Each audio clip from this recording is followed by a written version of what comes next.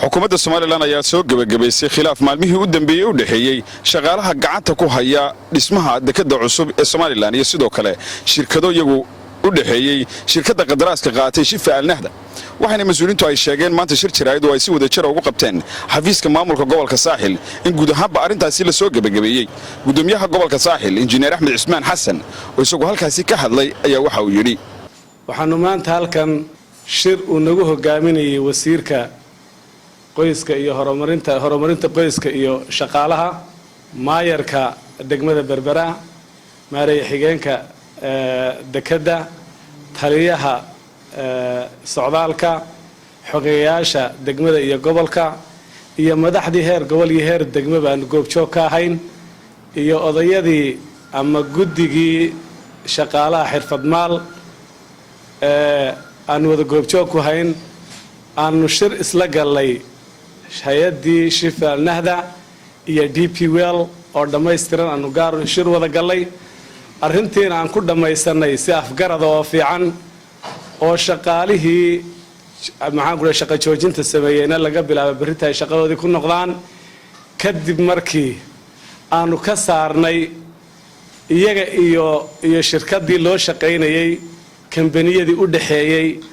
aan ka saarnay meeshii oo toos shaqaaluhu ay ula xiriiri doonaan wasaaradii shaqagelinta xafiiska isku duuha ay la xiriiri doonaan wixii markaa maxaan ku dhahay hawl halka ay ka wada xiriiri doonaan iyaga iyo shaqada halka wada xiriiri doonto waxa kale oo aan ku heshiinay in shirkadii Shifa Al-Nahda ay inta bisha ka hadhay ku soo diyaariso heshiiskii shaqaalaha u shaqeyn doona oo xaq iyo xuquuqba yeelan doona waxa kale oo aan ku heshiinay shaqaalaha ajaanibka ay ka shaqeynaya meesha inay iyaguna soo gudbiyaan CV-yadoodii nin walba aqoonta uu leeyahay si aynu halka uga garanno shaqada ay qabanayaan inagu ma qaban karaa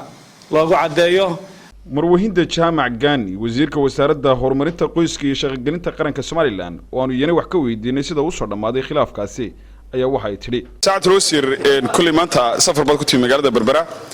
maalmihii ugu dambeeyay khilaaf baa jiray u dhaxeeyay shaqaalaha gacanta ku haya dekedda cusub iyo sidoo kale shirkado ay ka cabanayeen oo ay sheegeen in ay ku dhex jiraan shirkadan qadaraaska qaatay Shifa Al-Nahda ee dhisay dekedda hawshaas wasiir maxaa ka qabatay idinku wasaaradahan bismillaahir rahmaanir rahiim marka hore aad baan ugu mahadcelinayaa saxaafadda gobolka Saaxil haddii aan guda galo jawaabta su'aasha marka ugu horeysa iyadoo wasaaradda shaqagelinta arrimaha bulshada iyo qoyska mas'uulka shaqaalaha rayidka ah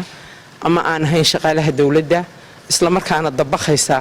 xeer number 31 soo baxay 2004 iminkana golaha wasiirada horyaala oo amaamad kaabisi wax ka bedel lagu sameeyay waxa gabigeedaba xaraan ah in uu jiro cid u dhaxaysa shaqeeyaha iyo loo shaqeeya sidaa darteed waxay ka mid tahay ama buddig u tahay sababta keentay safarkan oo cabashadeedu ay soo noqnoqotay marka laga reebo ajaanibtu inay hayaan boosas ay qaban karaan dad muwaadiniin sidaa darteed iyadoo ay qayb ka yihiin maamulka gobolka iyo golaha deegaanka waxaanu gabi ahaan balaalay heshiiska iyo wada shaqaynta u dhaxaysa Shifa Al-Nahda iyo sharaa'iga kale ee anagu aanan arag balse ay ka cabanayaan shaqaalaha rayidka ah ee reer Berberi inay jiraan cid u dhaxaysa iyaga iyo shirkadda ay u shaqeeyaan Shifa Al-Nahda waxay ka soo dalban doontaa wasaaradda shaqagelinta arrimaha bulshada iyo qoyska wasaaraddu marka ay u yimaado codsigu waxay u yeeri doontaa ururka shaqaalaha ee xirfadlaha ah ee